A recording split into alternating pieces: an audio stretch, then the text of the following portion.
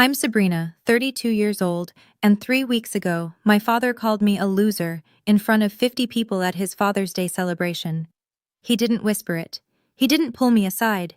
He stood at the head of a mahogany table worth more than my annual salary, raised his crystal glass of Chateau Margaux, and announced to every relative, business partner, and Forbes journalist in attendance, "I'm proud of all my children, except the failure sitting at this table." Everyone laughed. My brother applauded. My stepmother smiled like she'd been waiting 27 years for that moment. But I didn't cry. Instead, I stood up, walked to my father, and placed a white envelope on his plate. "For you, Dad. Happy Father's Day." Then I left. When he opened that envelope, his scream echoed through the entire mansion. Before I tell you what was inside, please take a moment to like and subscribe. But only if this story resonates with you. And let me know in the comments. Where are you watching from? And what time is it there? Now, let me take you back 2 months earlier. The day Aunt Ruth handed me a wooden box that my mother had kept hidden for 27 years. The Prescott estate sits on 12 acres in Brookline, Massachusetts, 4 stories of Georgian architecture, wrought iron gates, and a driveway lined with imported Italian cypress trees. Forbes featured it twice. Architectural Digest called it understated elegance. I called it a prison with really good landscaping. My father, Victor Prescott, built his real estate empire from the ground up. Or so he tells everyone at charity galas. The truth is messier, involving my mother's family land and connections he'd rather forget. But that's a story for later.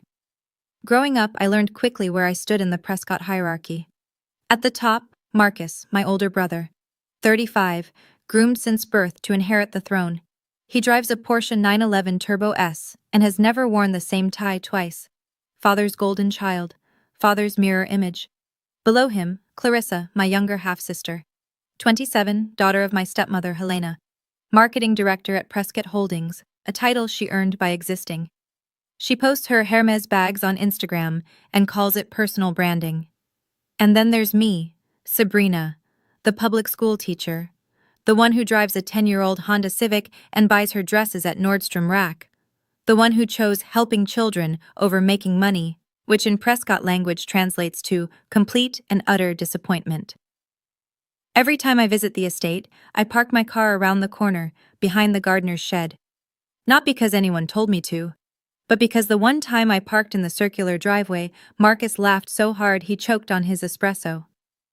"Did you Uber here in that thing?" he'd asked. "Or is it a rental? Please tell me it's a rental." It wasn't a rental. It was the only thing I owned outright, and I was proud of it. But in that house, pride meant nothing unless it came with a price tag. The invitation came 3 weeks before Father's Day, delivered not by mail, but by Helena herself, via video call. My stepmother appeared on screen wearing a cream Chanel jacket and her signature Cartier love bracelet, the one Victor gave her on their 10th anniversary. Her smile was perfect, practiced. The kind of smile that made you feel like you were being interviewed rather than invited. "Sabrina, darling," she cooed. "I hope I'm not interrupting your work." The pause before work was deliberate. It always was. "Not at all, Helena. What's up?" "Well, as you know, your father is receiving the Businessman of the Year award from the Boston Chamber of Commerce. We're hosting a celebration at the estate, very intimate, just family and a few close associates." She paused, letting the weight of intimate settle. "Naturally, we need you there." Naturally. Not want, need. "Press will be attending," she continued, adjusting an invisible strand of hair. "Forbes is sending a photographer. It's important that we present a unified family front." Ah, there it was. I wasn't being invited because they missed me. I was being invited because an empty chair would raise questions. Sabrina Prescott, the absent daughter, that would be a headline. Sabrina Prescott, standing quietly in the background while her father collected another trophy, that was just set dressing. "Of course," I said, keeping my voice neutral. "I'll be there." "Wonderful." Her smile widened, but her eyes stayed cold. "Oh, and Sabrina? Do try to dress appropriately. Your father's reputation is on the line." The call ended before I could respond. I stared at my phone for a long moment, remembering all the other times Helena had reminded me to dress appropriately, to speak appropriately, to exist appropriately. She wasn't inviting me to a celebration. She was summoning me to perform. I should explain why I kept going back. When I was 10 years old, I won first place in my school's essay contest. The topic was my hero, and I wrote about my mother, how she used to read to me every night, how she smelled like jasmine and old books, how she told me I was her greatest gift. My mother had been dead for 5 years by then, but writing about her made her feel close again. I ran home clutching that certificate like it was made of gold. Father was in his study reviewing contracts. I burst through the door, breathless. "Daddy, I won! First place in the whole school!" He didn't look up from his laptop. "Writing?" he said. "And how much money does writing make, Sabrina?" I stood there, certificate wilting in my hands. I don't know. I just thought, "Marcus," he called out, "scored 2 goals in his soccer match today. That's the kind of achievement that matters. Teamwork, competition, winning." Marcus appeared in the doorway, 13 years old, and already wearing the smirk he'd perfect over the next 2 decades. "Yeah, little sis. Maybe stick to cheering from the sidelines." That night, I tore up my certificate and cried myself to sleep. But I remember one thing clearly. My grandmother, Victor's mother, found me afterward. She was the only warm presence in that cold house. She pulled me into her arms and whispered something I didn't understand at the time. "You look so much like your mother, sweetheart. So much like Eleanor." She said it like a secret, like a prayer. I didn't know then why those words carried such weight. I understand now. If the Prescott estate was a prison, Aunt Ruth's cottage in Vermont was its opposite. Ruth Bennett was my mother's younger sister, the only living connection I had to Eleanor Manning, the woman who gave birth to me and died when I was 5. While the Prescotts lived in marble and mahogany, Ruth lived in a small farmhouse surrounded by maple trees and towers of secondhand books. She'd been a librarian for 30 years. Her idea of luxury was a new reading lamp. I loved her fiercely. Every birthday, without fail, Ruth sent me a handwritten card. Not a text, not an email. A real card, with pressed flowers from her garden and words that made me feel seen. "Happy birthday to my favorite niece. Your mother would be so proud of the woman you're becoming." She was the only person who said my mother's name out loud. We talked on the phone every few weeks, me complaining about school administration, her recommending obscure novels I'd never heard of. Our conversations were easy, uncomplicated, nothing like the verbal landmines of Prescott family dinners, but there was always something Ruth held back. A hesitation in her voice when I mentioned Victor. A careful deflection when I asked about my mother's past. "One day," she'd say, "when you're ready, I have something to show you, something Eleanor wanted you to have." "Ready for what?" I'd ask. "You'll know." I never pushed. Ruth wasn't the type to withhold things without reason, and part of me, I think, was afraid of what I might find. But that fear was about to become irrelevant. Because 2 months before Father's Day, I drove to Vermont for spring break, and Ruth finally decided I was ready.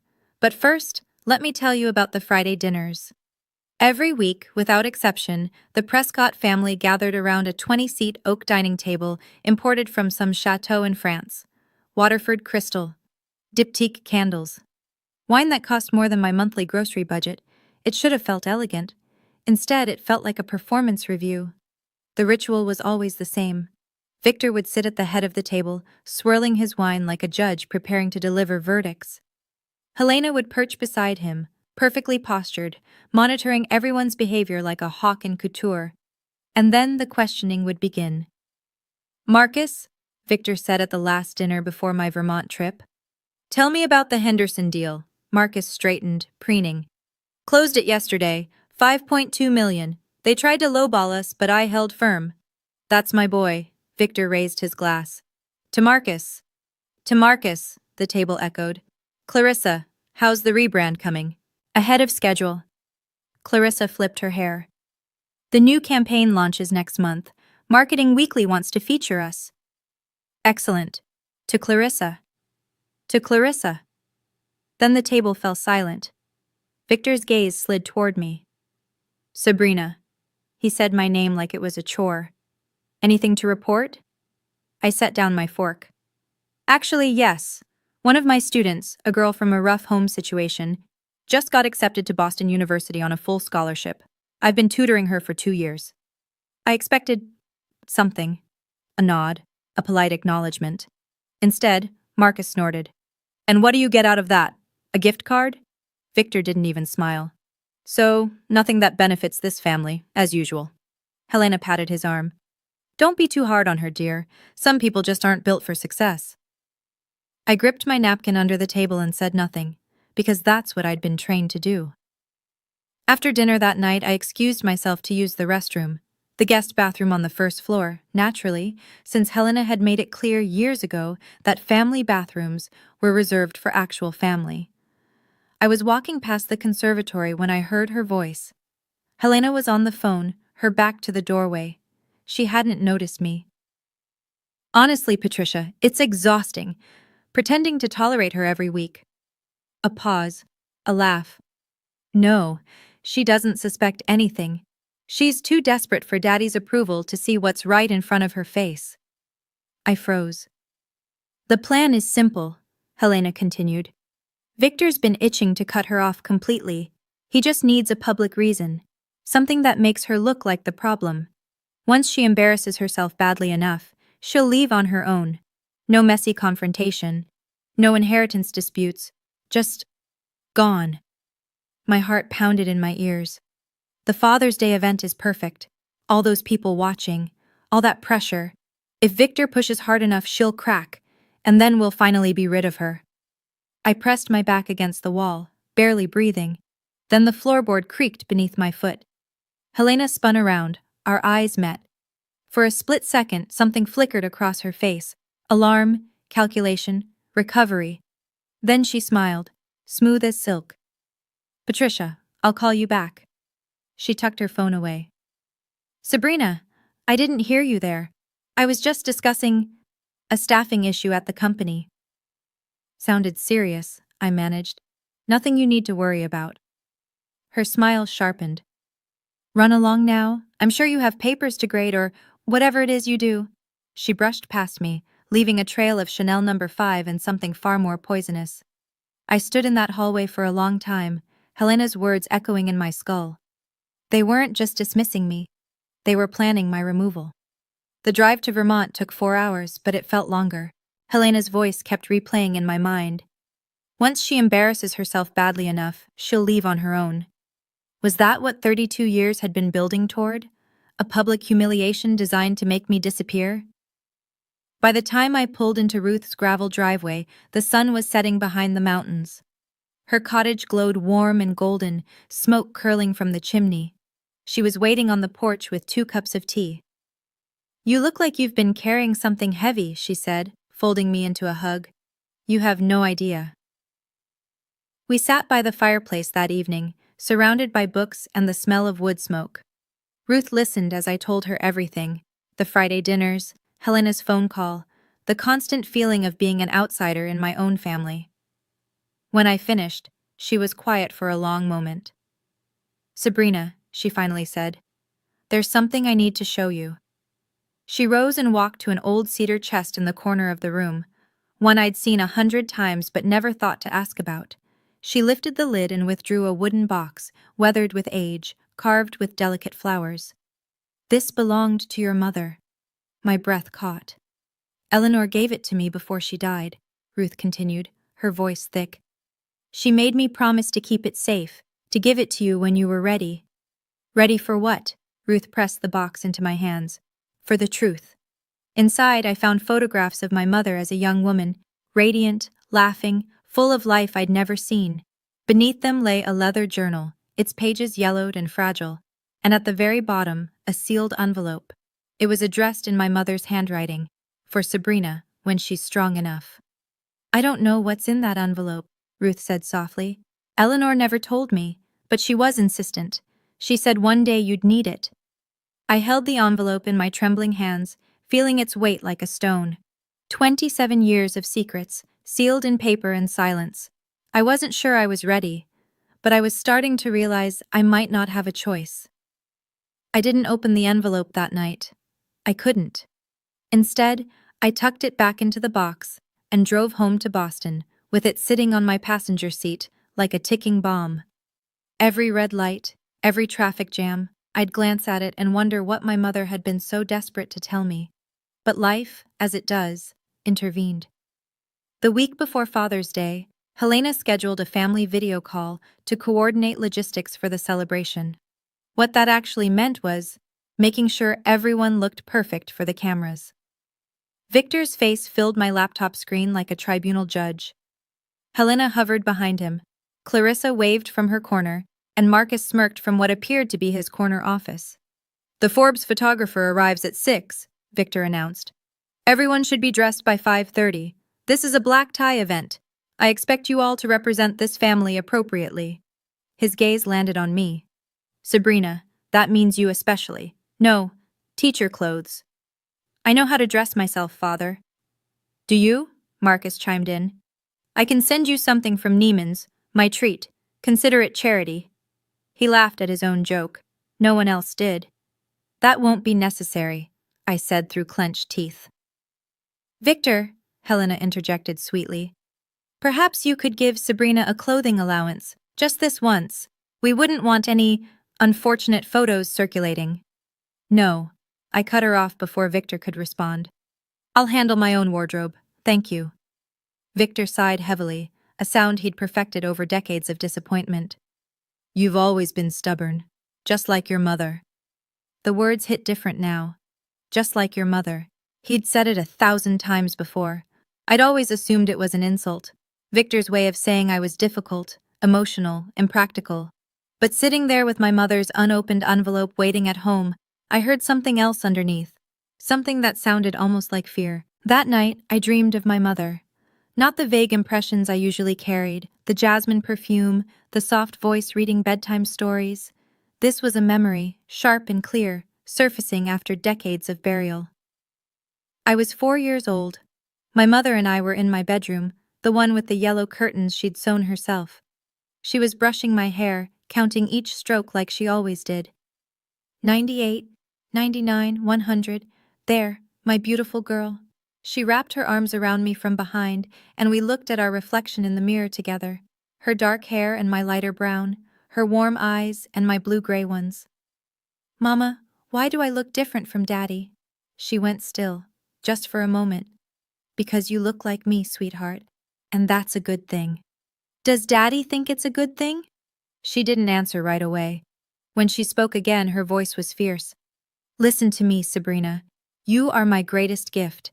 No matter what anyone says, no matter what anyone does, you are loved, you are wanted, you are enough. But Daddy, your Daddy will learn." She held me tighter. "I'll make sure of it." Footsteps in the hallway. We both looked up. Victor stood in the doorway, watching us with an expression I was too young to read. My mother met his gaze, didn't flinch.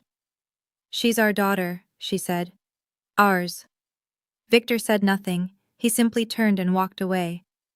1 year later, my mother was dead. A car accident on a rainy night. The police said she lost control on a curve. I was 5 years old when they buried her.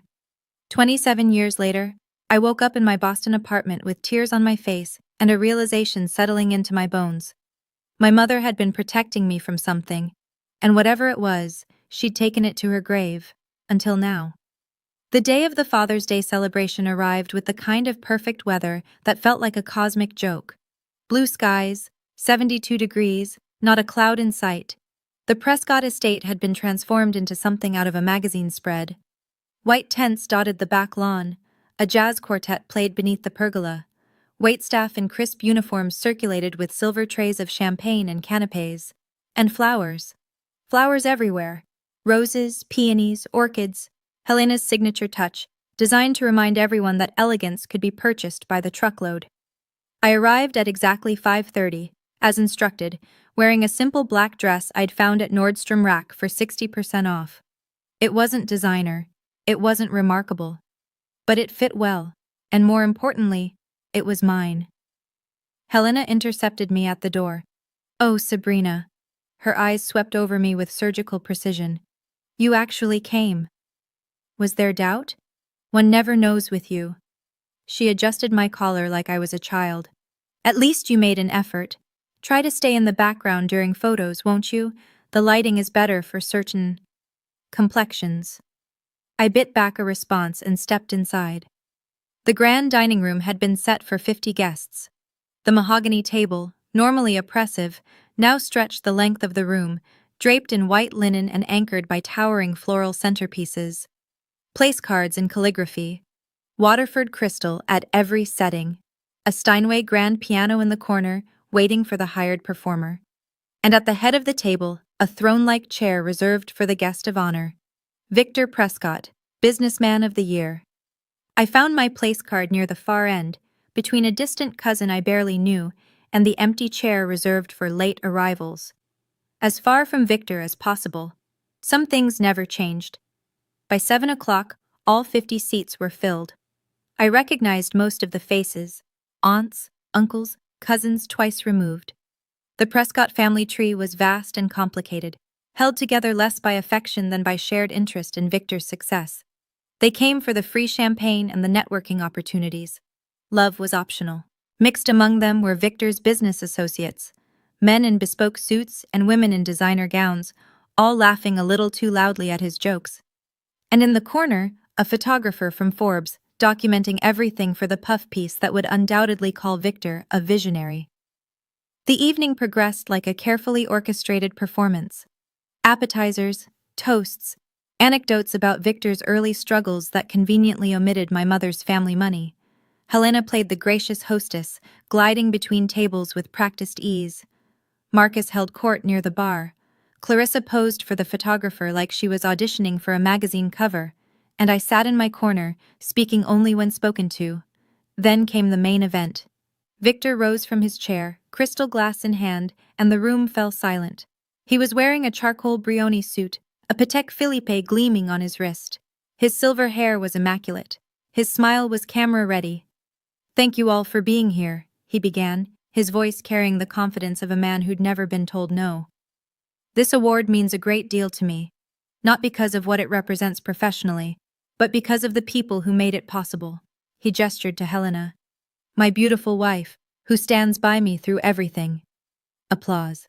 "My son Marcus, who will carry on the Prescott legacy." More applause. Marcus raised his glass. "My daughter Clarissa, who brings grace and ambition to everything she does." Clarissa beamed. Helena dabbed at fake tears. "And of course—" Victor paused, his gaze sweeping the room until it landed on me. "I am proud of all my children." Another pause, longer this time. "Except the loser sitting at this table." The words dropped like a bomb.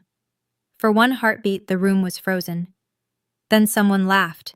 Then another. Then Marcus was applauding, slow and deliberate. "About time you said it, Dad." Helena pressed her lips together, suppressing a smile. 50 pairs of eyes turned to me, and I felt something inside me go very, very quiet. I didn't cry. I know that's what they expected, what they wanted. Sabrina, the sensitive one. Sabrina, the emotional one.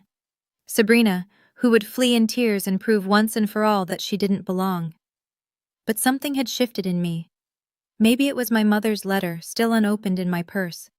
Maybe it was Helena's words from weeks ago, echoing in my skull. She'll leave on her own. Maybe it was 32 years of swallowing insults finally reaching critical mass. Whatever it was, I didn't cry. Instead, I stood up. The laughter died. The room went silent again, this time with confusion. I wasn't following the script. Slowly, deliberately, I walked toward the head of the table. My heels clicked against the marble floor. The Forbes photographer raised his camera, sensing something newsworthy. Victor watched me approach, his smirk faltering slightly. "What are you doing?" I didn't answer. I reached into my purse and withdrew a white envelope. Plain, unremarkable, but heavy with everything I'd discovered in the past 2 months. I placed it gently on his plate, beside his untouched dessert. "For you, Dad." My voice was steady, clear. "Happy Father's Day." Victor stared at the envelope like it might bite him. "What is this? One of your sentimental cards?" Open it and see. Helena leaned forward. Victor, don't engage with her theatrics. Open it. Our eyes met.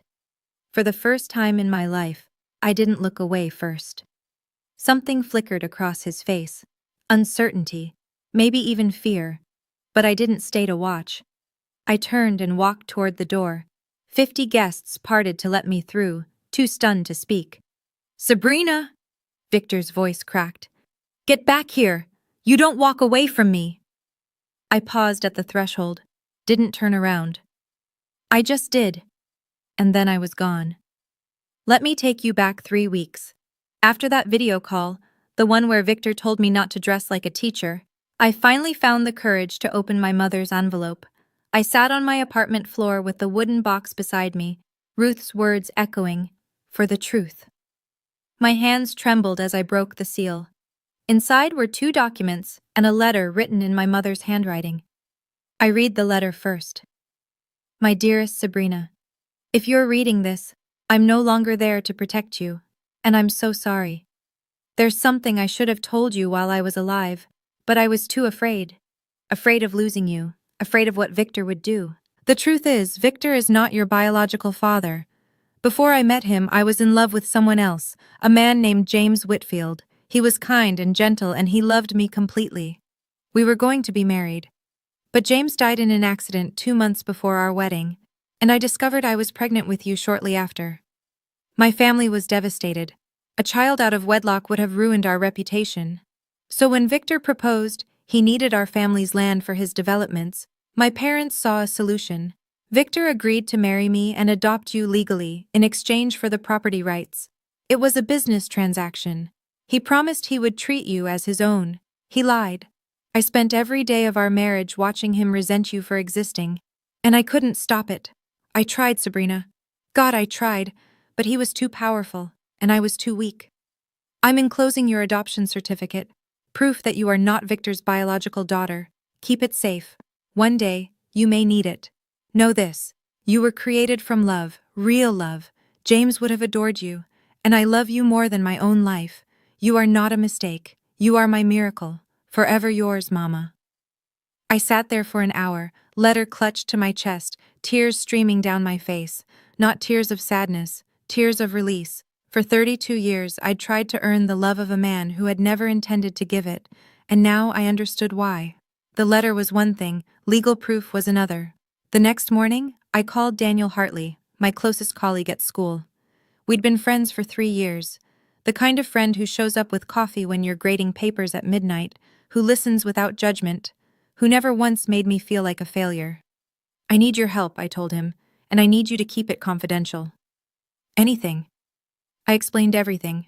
My mother's letter, the adoption certificate, 27 years of unexplained coldness from a man I'd spent my whole life trying to impress. Daniel didn't hesitate. What do you need? A DNA test, to confirm it. Getting Victor's sample was easier than I expected. At one of the Friday dinners, he'd left his jacket draped over a chair. Before I left, I pulled a few hairs from the collar, strands with the follicles still attached. Legally, it was gray area. Ethically, I was past caring. The testing facility was AABB accredited, the gold standard for paternity testing. Results in 2 weeks. 14 days felt like 14 years. When the email finally arrived, I was sitting in my classroom after hours, surrounded by student essays. My hands shook as I clicked open the PDF. Probability of paternity, 0.00%. Conclusion. The alleged father is excluded as the biological parent. 0%. Not a doubt, not a possibility. 0. I sat there in the empty classroom, fluorescent lights buzzing overhead, and started to laugh. All those years, all that desperate striving, all those moments I'd thought, if I just try harder, he'll finally love me. He was never going to love me, not because I wasn't good enough, because I was never his to love. Daniel found me still sitting there an hour later, the test results printed and clutched in my hands. You okay? He asked quietly. I looked up at him with wet eyes and the first real smile I'd felt in weeks. I'm better than I've been in 32 years. That night, alone in my apartment, I finally let myself fall apart. I sat on my bedroom floor with my mother's photograph in my hands, the one from Ruth's box, where Eleanor was laughing in a summer dress, her whole life ahead of her. She couldn't have been more than 23. "You knew," I whispered to her image. "You knew he would never accept me. And you tried to protect me anyway." For the first time, I understood the sadness I'd always sensed beneath her smiles. The way she'd hold me a little too tight, the fierce, almost desperate way she'd tell me I was loved. She knew her time was running out, and she was trying to give me enough love to last a lifetime. I cried for her that night, for the life she should have had with James Whitfield, for the marriage she'd been trapped in with a man who resented her child, for the accident that took her too soon, leaving me defenseless. But somewhere in the grief, something else emerged. Freedom. For 32 years, I'd carried Victor's rejection like a weight around my neck. I'd believed his coldness was my fault, that if I'd been smarter, more successful, more like Marcus, maybe he would have loved me. But the truth was simpler and more brutal. I was never going to win a game I didn't know I was playing.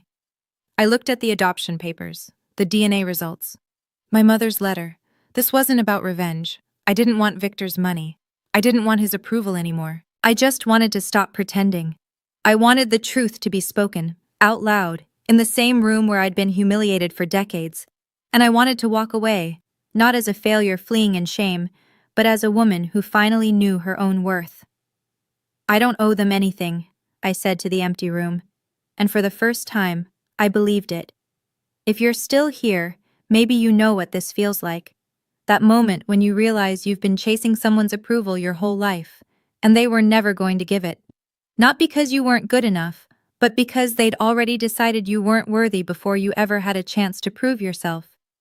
Have you ever had to set boundaries with family? Someone who made you feel like you'd never measure up? Drop a comment and tell me your story. And if you want to know what happened when my father opened that envelope, keep watching. Because his scream could be heard through the entire house. Before I could confront Victor, I needed one more piece of confirmation. Aunt Ruth gave me a name, Walter Green. "He was the lawyer who handled your mother's affairs," she explained over the phone, "and the adoption paperwork. If anyone can verify what those documents mean, it's him." Walter Green was 72 years old, retired for 5 years, living in a modest colonial in Wellesley. When I called and explained who I was, he went quiet for a long moment. "Eleanor's daughter," he finally said, his voice heavy with something that sounded like regret. "I've been waiting for this call for a long time." We met at his home office, surrounded by shelves of leather-bound legal books and framed photographs of grandchildren. He moved slowly, but his mind was sharp as a tack. I showed him the adoption certificate, the DNA results, my mother's letter. He read each document carefully, then removed his glasses and rubbed his eyes. "It's all legitimate," he said. "I drafted that adoption agreement myself 32 years ago. Victor signed it in my office." So he knew from the very beginning. He knew before the wedding. Walter's voice was bitter. "Your mother was upfront about her pregnancy. She offered to release him from the engagement. But Victor saw an opportunity. Her family's land was worth millions. He agreed to adopt you in exchange for the property rights. And the condition? That he would raise you as his own." Walter shook his head, but I watched over the years. I saw how he treated you at family events. How your mother would call me crying, asking if there was any legal recourse. She was trapped. We both were. I let that sink in. "Would you be willing to confirm this, if it ever came to that?" Walter met my eyes. "I'm 72 years old, Miss Prescott. I'm not afraid of Victor anymore. I should have spoken up decades ago." He reached across the desk and squeezed my hand. "Your mother would be so proud of you." The week before Father's Day, Daniel came over to help me prepare. Not prepare for revenge, I want to be clear about that. I wasn't planning some elaborate takedown. I wasn't trying to destroy Victor's business or steal his money or ruin his family. I just wanted to stop lying. "So what's the plan?" Daniel asked, spreading documents across my kitchen table. I looked at the evidence, the DNA results, a copy of the adoption certificate, and a letter I'd written myself. Short, direct, no accusations, just facts. "Dad, I'm not your biological daughter. You've known this since before I was born. Mom's letter explains everything, and the DNA test confirms it. Thank you for providing a roof over my head for 18 years. But I don't owe you gratitude for treating me like a burden I never asked to be. I'm not looking for your money or your inheritance. I release any claim to the Prescott estate. I just wanted you to know that I know, and that I'm done pretending. Sabrina Daniel read the letter twice. That's it? No, you're a monster? No rotten hell? That's not who I want to be. But after everything he's done… Exactly. I took the letter back, folding it carefully. He spent 32 years trying to make me feel small. If I stoop to his level, he wins. But if I walk away with my dignity intact, knowing the truth, that's something he can never take from me. Daniel was quiet for a moment. Then he smiled, soft and sad. You know they'll never forgive you for this. They never forgave me for being born. I slid the documents into a white envelope. At least now they'll have an actual reason. I sealed the envelope and wrote on the front, for Dad. No return address, no room for reconciliation. Just the truth, finally spoken. The night before the party, I couldn't sleep. I lay in bed, staring at the ceiling, running through every possible scenario. Victor opening the envelope in private, Victor opening it publicly, Victor throwing it away unread. But I kept coming back to the same conclusion. It didn't matter what he did. My peace wasn't dependent on his reaction anymore. I got up and walked to my dresser where my mother's photograph sat beside a small vase of jasmine, her favorite flower. I'd started buying it weekly, a ritual that made me feel close to her. Hey, Mama, I whispered to the photo. Tomorrow's the day. Silence, obviously. But I could almost hear her voice, the way she used to speak to me before bed. You are enough, sweetheart. Exactly as you are. I thought about what she'd sacrificed, marrying a man she didn't love to protect her child, spending years in a cold marriage, watching helplessly as Victor directed his resentment at an innocent girl, dying before she could see her daughter grow up. She deserved better than Victor Prescott, and so did I. I picked up the envelope from my nightstand, felt its weight in my hands. If he's cruel tomorrow, and he probably will be, it won't hurt me anymore, I said out loud. Because I know the truth now. I know who I am, and it has nothing to do with him.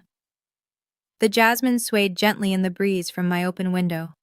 I tucked the envelope into my purse, climbed back into bed, and for the first time in weeks, slept deeply and dreamlessly. When I woke the next morning, I felt something I hadn't felt in years. Ready. Not for battle, not for revenge, just ready to finally be free. Now let me take you back to the dining room, to the moment after I walked out. Victor sat frozen at the head of the table, the white envelope lying on his plate like a dare. What the hell was that about?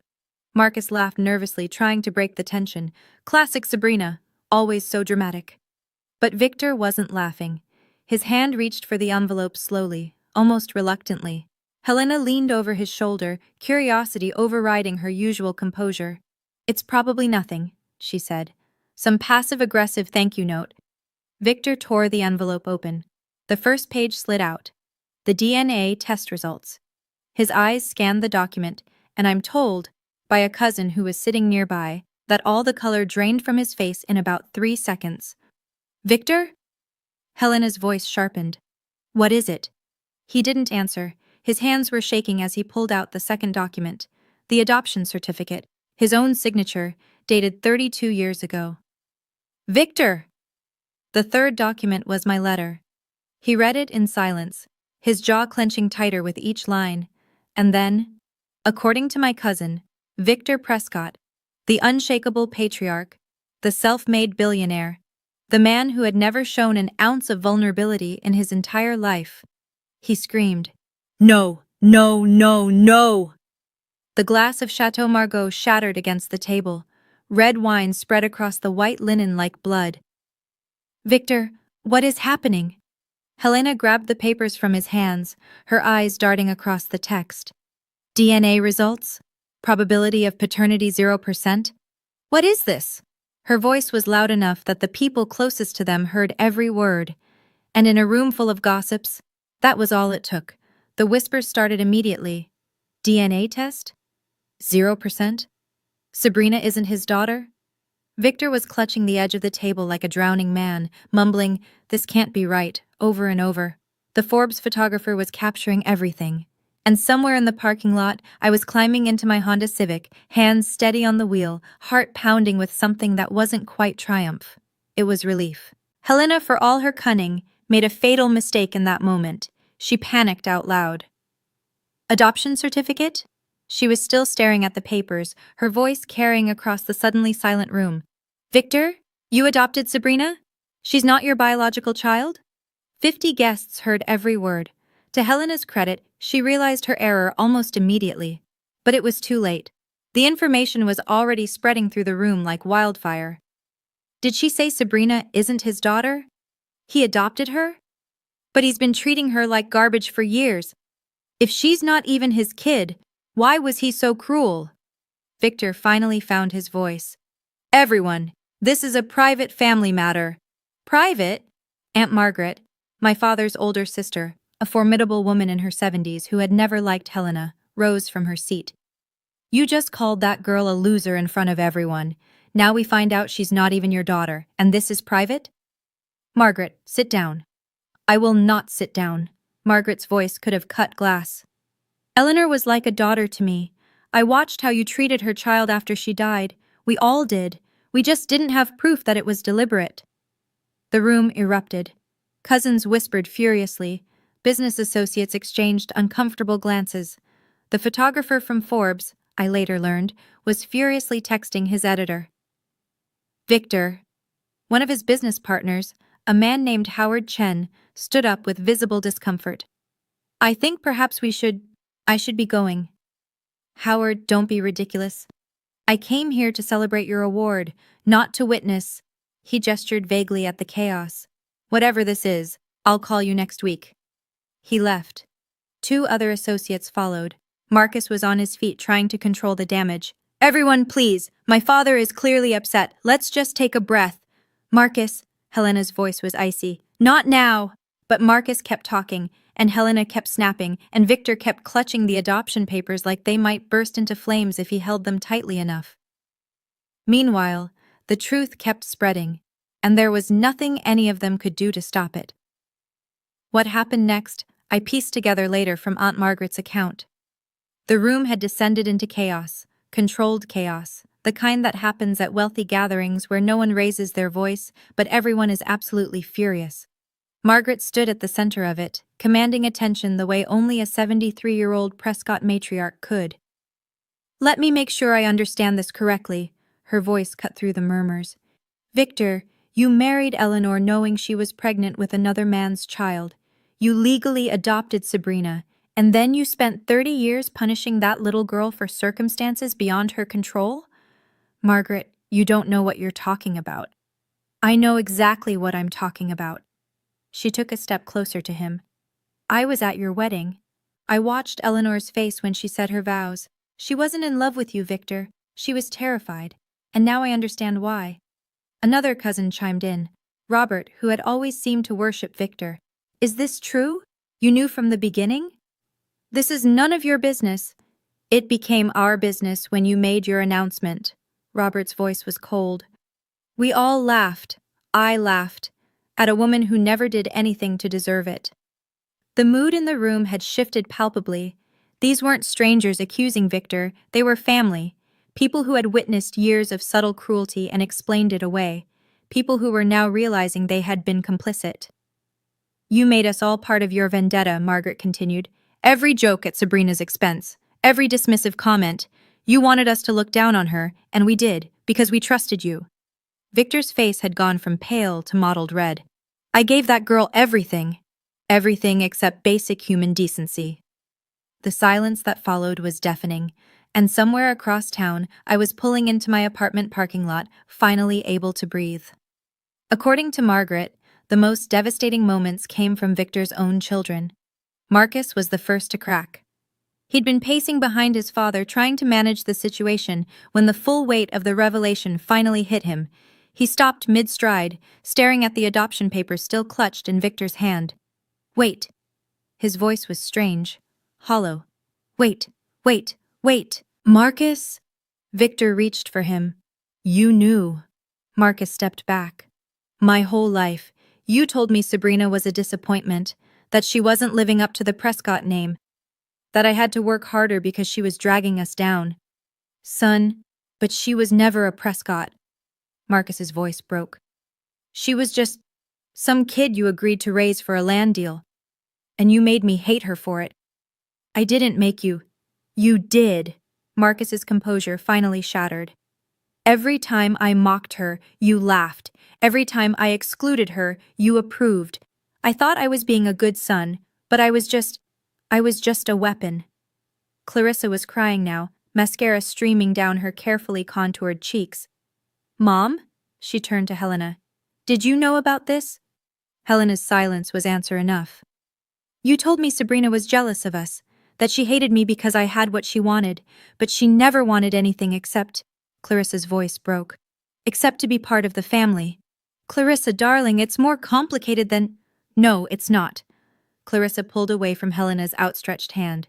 It's really not complicated at all. You're horrible people.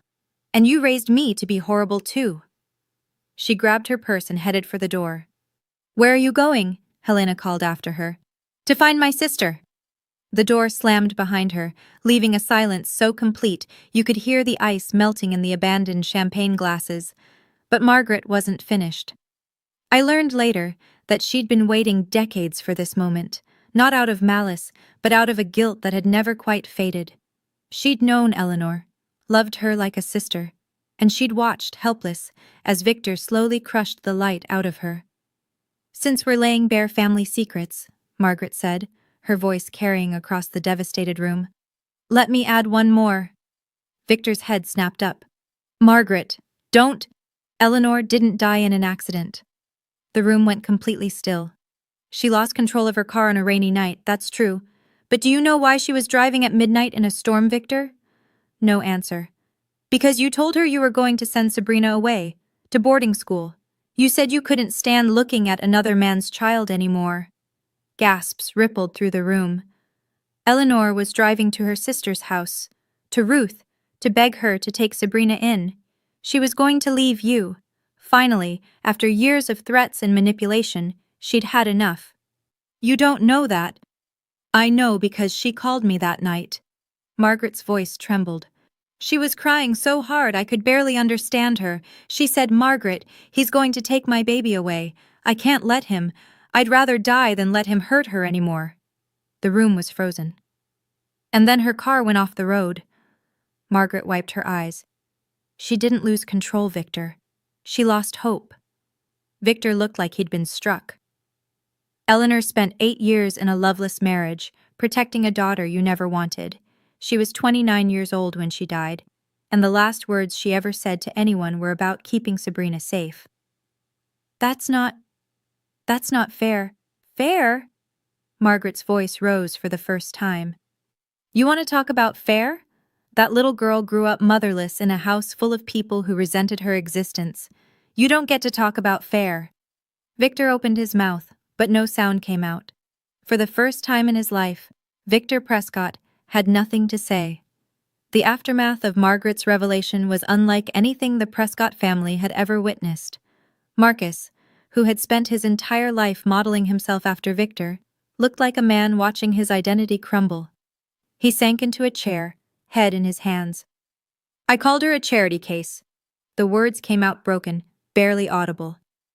At Thanksgiving, 3 years ago, in front of everyone, I said, at least we know one person at this table didn't earn their place here. Everyone laughed. Sabrina just smiled, like she was used to it. He looked up, tears streaming down his face. She was used to it, because I did it all the time, because you made me think it was okay. Victor said nothing. I'm 35 years old. Marcus's voice cracked. And I've been a bully my entire adult life. To my own sister, who wasn't even technically my sister, who never did anything to me except exist. Marcus, you couldn't have known. I didn't want to know. He stood abruptly, chair scraping against the marble floor. I didn't ask questions because the answers might have made me uncomfortable. That's not ignorance, Dad. That's cowardice. He turned to Helena, who had been standing frozen. Her perfect composure finally cracked. And you orchestrated this. You told me Sabrina was beneath us. You coached me on exactly what to say to make her feel small. I was protecting this family. You were protecting your inheritance. Marcus's disgust was palpable. This was never about family. This was about money. It's always been about money with you. He looked at his father one last time. I don't know who I am anymore, but I know I don't want to be you. Marcus walked out of the dining room without another word, and Victor, for the first time anyone could remember, looked truly alone. Victor made one last attempt to salvage the evening. He straightened his Brioni jacket, smoothed his silver hair, summoned the commanding presence that had built a real estate empire and intimidated boardrooms for 40 years. Everyone. His voice was firm, controlled. This is a family matter. I appreciate your concern, but I must ask you to respect our privacy. Let's end the evening here, and I'll address these allegations appropriately. No one moved. I said, the evening is over. Victor. It was Howard Chen's voice, coming through the speakerphone his assistant had left on the table. He must have been listening from his car. I'm withdrawing from the Meridian project. My attorneys will contact yours Monday morning. Howard, be reasonable. I just watched you call your own daughter, adopted or not, a loser in front of 50 people. Then I learned you've been psychologically abusing her for 30 years. What exactly is reasonable about continuing to do business with you? The line went dead. Before Victor could respond, 2 more phones buzzed. Text messages, emails. The dominoes were falling. Mr. Prescott?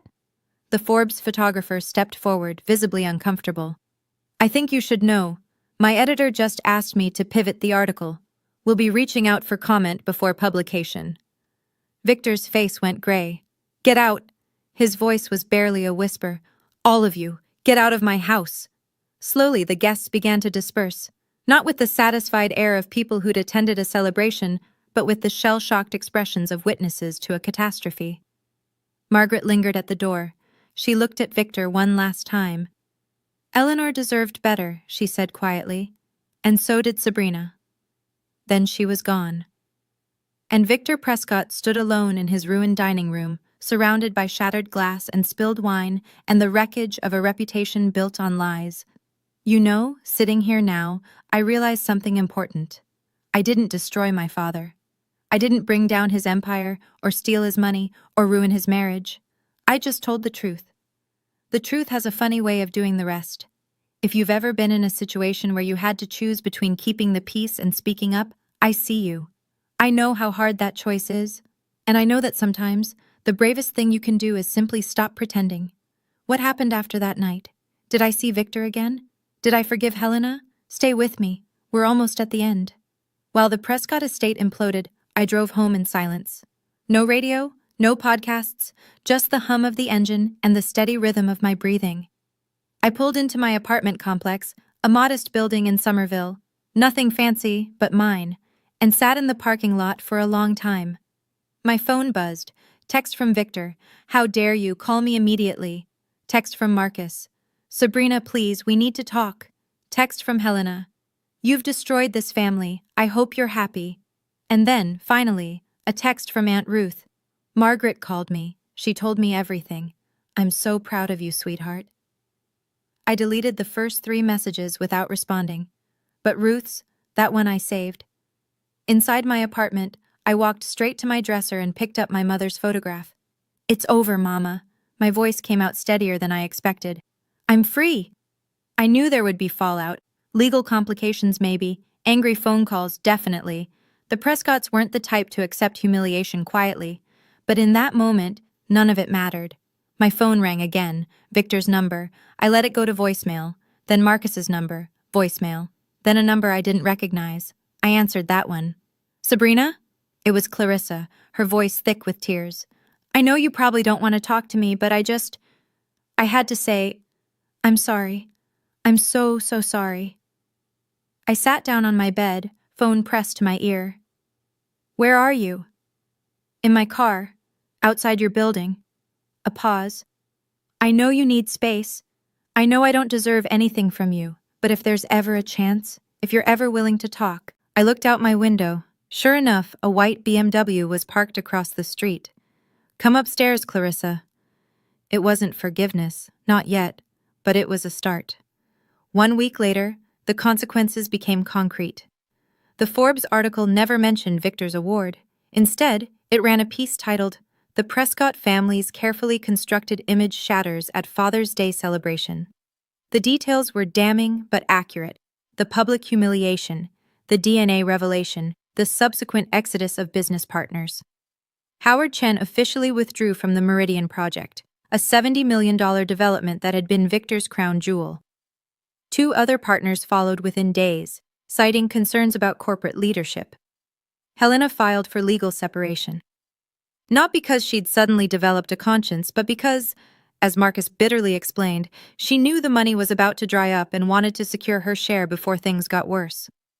Marcus resigned as COO of Prescott Holdings. His resignation letter, which somehow leaked to Boston Business Journal, contained a single sentence: "I need to learn who I am when I'm not trying to be my father." And me? I went back to work. I graded papers. I coached students through college applications. I ate lunch with Daniel in the teacher's lounge and talked about everything except the Prescott family drama. But things had changed. My cousin Robert, the one who'd laughed at Victor's loser joke, sent me flowers with a card that simply said, "I'm sorry." Aunt Margaret called every few days to check on me, sharing updates I hadn't asked for but appreciated anyway. And Clarissa.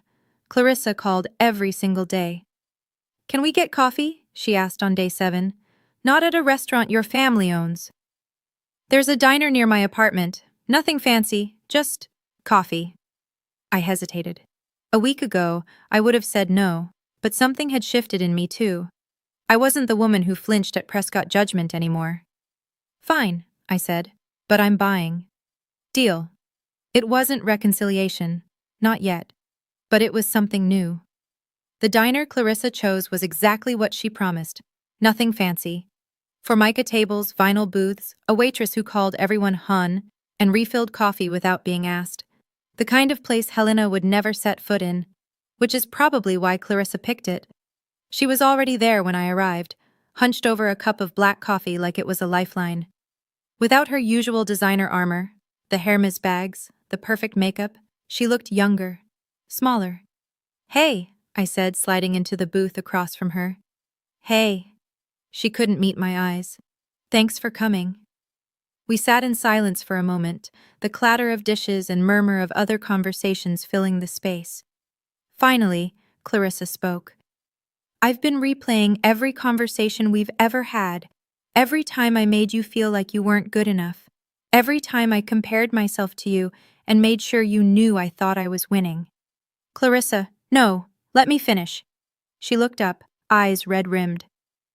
"I was 27 years old before I realized I'd never actually had a relationship with my own sister. I just had a competition, and I didn't even know what I was competing for." "Neither did I admitted. "I thought if I tried hard enough, eventually I'd be part of the family." "You were always part of the family. We just—" She swallowed hard. "We were too busy performing to notice." I stirred my coffee, processing. "Can we start over?" Clarissa asked, her voice small. "I know I don't deserve it. I know you might never trust me, but can we try?" I thought about my mother, about chosen family, about the difference between blood and belonging. "We can't erase 27 years of damage with one coffee," I said finally. "But we can start somewhere." Clarissa nodded, tears spilling down her cheeks. I reached across the table and squeezed her hand. It wasn't forgiveness, but it was a door, cracked open, and sometimes that's enough. 1 month after the Father's Day disaster, I drove to a cemetery in Vermont. Aunt Ruth came with me. We walked together through rows of granite headstones until we reached a modest marker beneath an old oak tree. The stone read, "Eleanor Grace Manning, beloved mother and sister, 1969 to 2002. You are enough, exactly as you are." I'd chosen that inscription myself, when I was old enough to have an opinion. At the time, I didn't know why those words felt so important. Now I understood. I knelt in the damp grass and placed a bouquet of sunflowers against the stone, her favorite, Ruth had told me years ago. "Hey, Mama." My voice was barely above a whisper. "I found your letter. I know everything now." The autumn wind rustled through the oak leaves above us. I spent 32 years trying to earn love from a man who was never going to give it. But you knew that, didn't you? You tried to protect me, and you're still protecting me, even now. Ruth placed a hand on my shoulder, steady and warm. I'm not a Prescott, I continued. I never was. But I'm your daughter, Eleanor Manning's daughter, and that's more than enough. I stood, brushing grass from my knees. I'm going to be okay, Mama. For the first time in my life, I really believe that. We stayed for a while longer, Ruth sharing stories about Eleanor as a young woman, her laughter, her stubbornness, her fierce love for books and flowers, and the daughter she'd barely gotten to raise. When we finally walked back to the car, I felt something I hadn't felt in decades. Peace. Not the absence of pain. The pain was still there, and might always be, but beneath it now a solid foundation of truth. I knew who I was, I knew where I came from, and I knew, finally, completely, that my worth had never depended on Victor Prescott's approval. You okay? Ruth asked as we pulled out of the cemetery. I smiled at her, the first real smile in a long time. Yeah, I said. I think I finally am. Thank you for staying with me through this story. If you've ever felt invisible in your own family, if you've ever worked yourself to exhaustion trying to earn love that was never on the table, I want you to know something. Your worth is not determined by people who refuse to see it. Sometimes the bravest thing you can do is walk away, and sometimes walking away is just the first step toward walking toward yourself. If this story touched you, please hit like and subscribe, and check the description below for more stories like this one, stories of people who found their voice when they thought they'd lost it forever. Until next time, take care of yourselves, and remember, you are enough, exactly as you are.